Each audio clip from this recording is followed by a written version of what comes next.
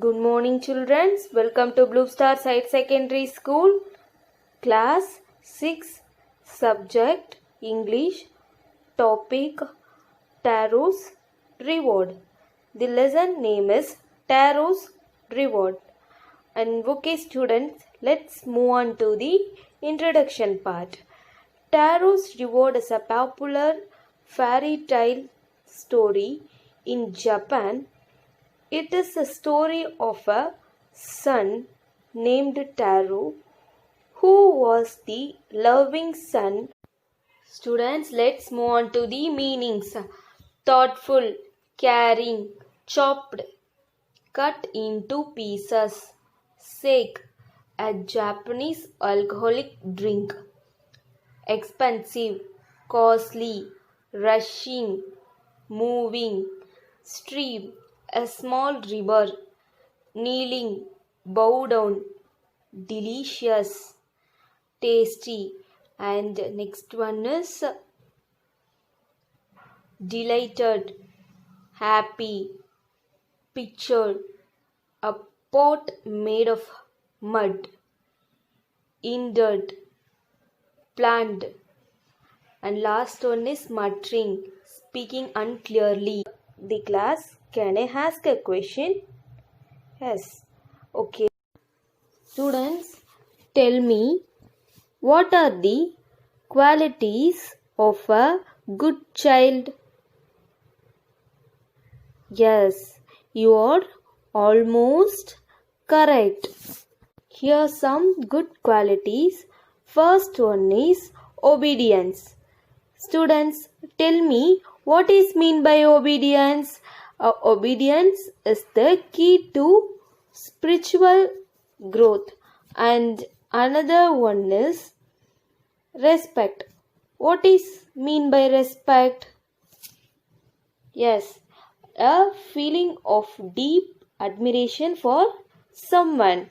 And another one is honesty. Students, tell me, what is mean by honesty? Honesty means the quality of being honest. Next, sincerity. What is mean by sincerity? The absence of presence and wholehearted.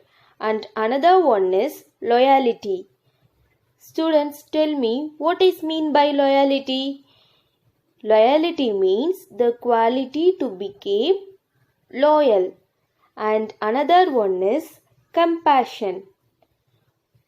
Tell me, what is mean by compassion? A sympathetic pity and concern for suffering or misfortune for others. At last one is patience. Yes, what is mean by patience? To capacity of accept. Okay, students, let me ask you one more questions. Are you a good child? Yes, you are a good. Okay, now we will move on to the chapter. The chapter is the Tarot's Reward. A young woodcutter named Taro lived with his mother and father on a lonely hillside. The boy name is Taro. He is a woodcutter and he lived with his father and mother in hill. All day long he chopped wood in the forest. He went to forest and chopped wood in the forest. And though he worked very hard, he earned very little. This money made him sad, for he was thoughtful son and wanted to give his old parents everything they needed. And he worked very hard because his wishes, his aim is fulfill his parents' wishes. And then one day evening, when Taro and his parents were sitting in a corner of the hut, a strong wind began to blow. One day evening, Taro and his father's mother sitting in the corner of the hut. Then it whistled through the cracks of the hut, and everyone felt very cold. That time, Taro's father and mother, Taro was felt very cold. Suddenly, Taro's father said, "I wish I had a cup of shake. It would warm me and do my old hardest good." And his parents wishes, and Taro's father wishes, "I had a cup of shake. It would warm me and do my old hardest." This made Taro sadder than ever, for the hot, warmer drink called shake was very expensive. "How do I earn more money?" and he asked himself. Taro's think that the warm drink was very expensive. He think that, "How do I earn more money?" and he asked himself, "How do I get a little sake for my poor old father?" He decided to work harder than before. This is Taro. Taro think that the sake was expensive. He planned to earn more money, and finally he decided to work harder. Next morning, Taro jumped out of bed earlier than usual and made his way to the forest. Next day morning, Taro was early wake up, then went to forest. He chopped and cut as the sun climbed and jogged. His mouth was dry and his face was wet with sweat. "My poor old father," he thought. "If only he was as warm as I am with thee." He began to chop even faster, thinking of the extra money he must earn to buy the sake to warm the old man's bones. Taro was working harder. He feel tired, and he think then how to get extra money for his fulfill his father wishes, and he must yearn to buy the sake to warm for his old father. He think that he want to buy a magical sake. Okay, students, let's move on to the next one. Then suddenly Taro stopped chopping. What was the sound to be heard?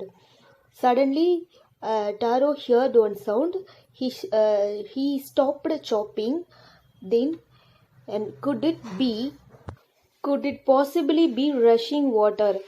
Taro could not remember every hearing a rushing stream in the part of the forest. He was thirsty, then dropped out of his hand, and he ran in the direction of the sound. Taro, Taro was feeling thirsty. He ran the direction of the sound. Taro saw a beautiful little waterfall hidden behind the rock. Kneeling at a place where the water flowed quietly, he cupped a little in hands and put it to his lips. Was it his water, or was it his sake?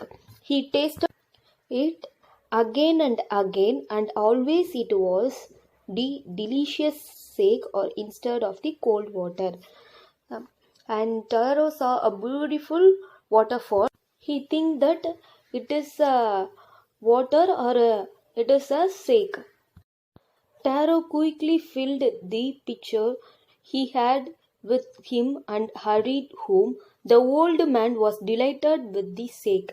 After only one swallow of a liquid, he stopped showering and did a little dance in the middle of the floor. Taro quickly filled with the pitcher, and the old man delighted with the sake. That afternoon, a neighbor stopped by for visit. Taro's father politely offered her a cup of the sake. The lady drank it greedily and thanked the old man. Then Taro told her the story of the magical waterfall, thanking them for a delicious drink. She left in a hurry. By nightfall, she had spread the story toward the whole village. The story was spread whole village. That evening, there was a long procession of visitors to the woodcutter's house. Each man heard the story of the waterfall and took a sip of the sake. In less than an hour, the picture was empty. The villagers heard this waterfall story and took a sip of the sake. Next morning, Taro started the work even earlier than the morning before. He carried with him the largest pitchers owned for Indian first of all to go to the waterfall. When he reached it, he found his greatest surprise all his neighbors heard. That they were carried pitchers, jars, buckets, anything they could find to hold the magic sakes. Then one village knelt and held his mouth under the waterfall to drink. He drank again and again, then shouted angrily, "Water, nothing but water." Others tried, but there were no sake, only cold water. This says villagers taste the water, nothing but water. Also tried, but there was no only cold water. Nothing but it is cold water only. "We have been tricked," shouted the villagers. "Where is Trio? Let us drown him in this waterfall." But Taro had been wise enough to slip behind a rock. When he saw how things were going, he was nowhere to be found. They are searching Taro. They were searching the Taro. Murdering the anger and disappointment, the villagers left the place one by one. Taro came out from his hiding place. Was it true? He wondered. Was the sake his dream? Once more he catch a little liquid in his hand and put into his lips. It was the same fine sake. To be thoughtful, son, the magic waterfall give the delicious sake. To everyone else, it give only cold water. Then the story of Taro and his magic waterfall reached the Empire of Japan. He sent for the young woodcutter and rewarded him with 20 pieces of gold for having been so good and kind.